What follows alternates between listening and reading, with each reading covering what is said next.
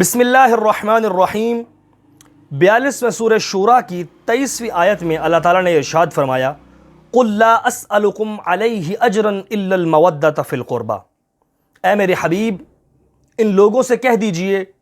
کہ میں تم سے کچھ نہیں چاہتا سوائے اس کے کہ تم میرے اہل بیت میرے قرابت داروں سے محبت کرو۔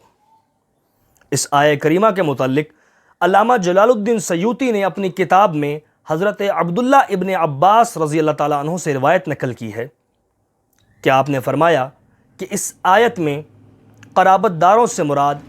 اہل بیت رسول ہیں۔ پھر اس آیت کے متعلق علامہ جلال الدین سیوطی نے اپنی کتاب فضائل میں اور زرقانی نے اپنی کتاب میں اور ابن حجر مکی نے صواعق محرقہ میں ایک روایت نقل کی کہ صحابہ نے رسول اللہ سے پوچھا اے اللہ کے رسول وہ آپ کے قرابت دار کون ہیں کہ جن سے محبت کرنے کا قرآن نے حکم دیا ہے؟